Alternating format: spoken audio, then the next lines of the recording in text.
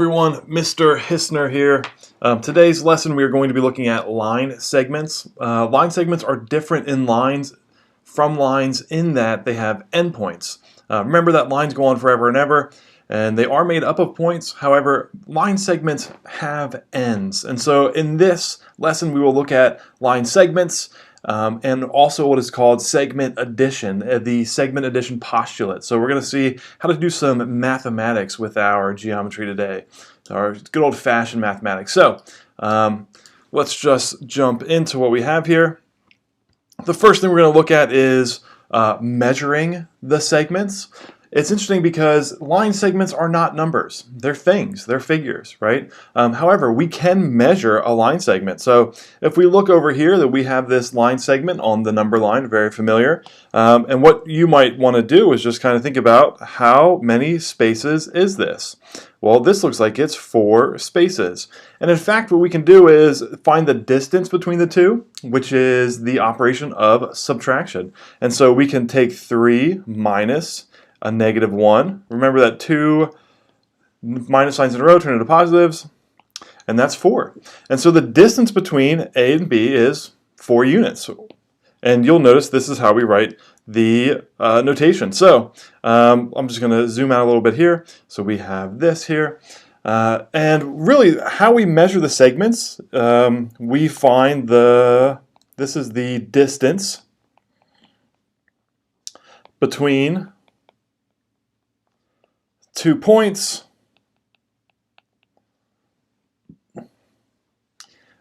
is the measure of the segment. And how we write that is, notice over here we just found the distance between A and B. So the measure of AB is 4. So we would say that this is the measurement of the segment. This notation is written as the 2 points back to back. So A and B, down here you can see C and D, so we would write CD is equal to a number, which we will. But just so you all know that it is not, so what we would not see is that AB, the segment AB, is equal to anything, any number. That's not true. It's not true. And in fact, the reason it's not true is because this is a geometric figure. Geometric figures cannot be equal to numbers. Imagine if I said, hey, what's that square equal to? And you told me a square was equal to 7. Most people would say, that doesn't make any sense. Squares can't equal 7. You could say, like, what's the area of the square? What is the perimeter of the square? And these things are all distances. They're all units of measurements. But square equals 7, segment equals 11. You know, it just doesn't make sense. And so when we want to talk about some sort of equality between geometric figures, we don't use the word equals because equals is a property for numbers. Equality is for number. What we use for figures is the word congruent. It is congruent. So whenever we have, sorry about that, whenever we have 2 congruent figures, we would say that if the segment measures are equal, so let's go over here and just see what we got. So this AB is still 4 units, 1, 2, 3, 4, and down here CD is 1, 2, 3, 4, and again you could do -1 minus a -5, and you will find this to be 4 as well. And so these two numbers are the same, and what we can say that is when their measures are equal. When their measures are equal, so the measure of the segment is written as the 2 capital letters. So the measure of AB, that's how I'm reading this, that's what this means, the measure of AB, let me just get rid of this just in case, is equal to the measure of CD. So we will say that if this is true, if AB is equal to CD, then these two things are congruent. Then the segment AB is congruent to the segment CD. And notice that this is a a squiggly line over an equal sign, and this is congruent. That's what that sign is. So here I'm reading this just from top to bottom, left to right. The segment, this is a line segment, AB. So this is a line segment between point A and B. The segment, this is a line segment, CD. Line segment between C and D. And I know that's small, but please just bear with me. Oh, you could full screen this probably. Okay, now what we can do with segment measures is we can add them. Because notice, we said that, hey, AB is 4, right? So I could take AB is equal to 4. And what did we say? CD is equal to 4. Matter of fact, let me just put this over here. So we have AB is equal to 4, and we had CD was equal to 4. So what could we do? Well, we could find that AB plus CD is equal to some value, right? And notice this is an equal sign, so I can make a substitution. AB was 4 plus another equal sign, substitution, CD was 4. So this is equal to 8. I'm substituting. Remember math? Remember algebra? This is that stuff. This is what we do with it. So really, no surprise here that this is where we are jumping into with measurements. And so segment addition, let's just see what we have over here. We have some measure, I'm going to call AB. I have some measure AB where, okay, so these need to be collinear points. Let's say that A, B, and C are collinear. Then we will know that this is legal and that this is true. That we can take the measure of AB plus the measure of BC, and it will equal the measure of AC. AC. So I'm taking one part, I'm adding it to another part, and it's equaling the whole thing. One piece plus the other piece is equal to the whole thing. And that is what segment addition is doing. I'm taking a piece, I'm finding the other piece, and I'm adding them together to get the whole thing. It's pretty obvious. Just take a second and let it sink in. Hopefully the use of a number will actually help a little bit more. So I'm just going to leave this here. And we have PQ, which is, let me use green. PQ is this green one here. This is 9, it says.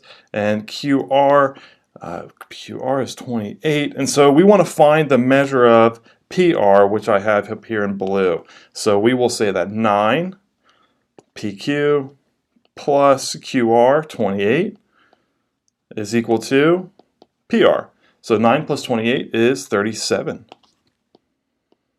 And so PR is equal to 37. What did I do? I just added the two pieces together. That's all. It was segment addition. That's what happened. I took the measurement of the segments and I added them together to find the whole thing. So what we do in this class is I use numbers to show you how things work, and then we use good old-fashioned algebra. Good old-fashioned algebra. So what I'm going to do here is look at this one right here, number 4. So it says that TV is equal to 14x minus 8. TV is this whole segment. TV is this whole segment. And so what do I want to do? Well, I want to write out what the segment addition will be. Let's see, we have TU in green here. This little green line is TU. So how about that? So we have TU in green as best as I could. We have UV, the measure of the segment UV, in purple, and that looks like it's 5. And then I'm just going to say that this one is going to be in blue, right? So this is going to be equal to the whole thing. I have this part plus this part is equal to the whole thing. Two parts added together is equal to the whole. This part plus this part is equal to the whole thing. TU is, well, let's look up here. It is 9x plus 2. So I'm going to make a substitution. 9x plus 2. Let's see, uv is that part there in purple. So what are we doing? We're adding it, so the addition comes down. uv is the number 5. tv, well, that's the whole thing. That's the whole thing, so that's just going to be coming straight down. So tv was 14x minus 8. So here I have 14x minus 8. And now we have an equation with variables on both sides. This is essentially a 2 or 3-step equation. What we're going to do is combine like terms, get all the numbers on the one side, get all the x's on the other side. We're going to combine like terms, get all of our numbers on the one side, and all of our x's on the other side. So here I go. We have, combine like terms. Well, these two are positive numbers. So this is going to be 9x plus 7 is equal to 14x minus 8. So I've combined the like terms. Now I need to get all my numbers to one side and my x's to the other side. What I'm going to do is take my numbers to the left. So I need to use inverse operations. And what I'm going to do here is just recognize that I'm getting these two to cancel out. And I'm going to take my x's to the right. And every time I do this, what I'm going to do is just remind myself that I'm getting rid of these things. And so I have 15 over here is equal to 5x. So notice, I just boxed this off and I'm crossing it out, reminding myself that, hey, this is the term I got rid of, this is the term I got rid of, and now finally I can ask myself, 15 is equal to 5 times what number? 15 equals 5 times some number. That number is 3, but of course you can use division and divide both sides by 5 to find x. And so we have 3 is equal to x. But it wanted to know what was the measure of TU. So it didn't ask us to find x. It said, what is the value of TU? So we need to use x to find TU. TU was equal to 9x plus 2. And so 9 times our value x, 3, plus 2. 9 times 3 is 27 plus 2 is equal to 29. So we find that TU is equal to 29. Just to recap what happened here. We used some segment addition. What about this? Could you imagine? We used some segment addition because we were given a segment piece, and what we want to do, we wanted to solve for the unknown value. And so we had to set up an equation. We had to set up an equation which allowed us to do just that.